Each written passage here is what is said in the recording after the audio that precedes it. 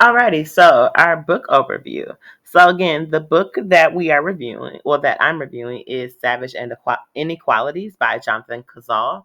The book was published in 1991. The focus of the book focuses on the disparities in education between affluent and impoverished communities in the U.S.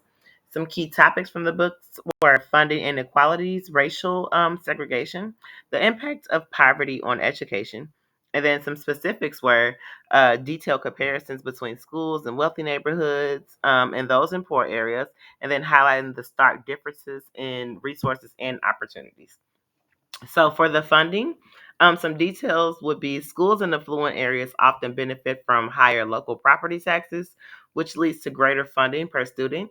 This additional funding translates into better facilities, more experienced teachers, and a wider array of educational programs.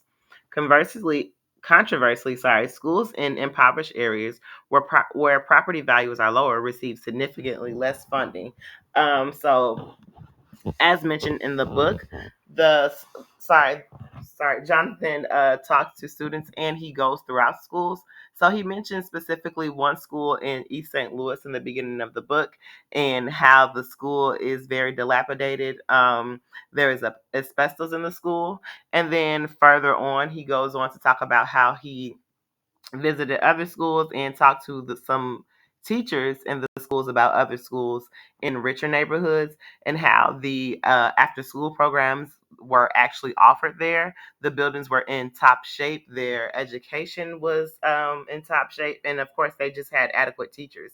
And that's something that you don't see inside of the impoverished neighborhoods, not as much, but almost never.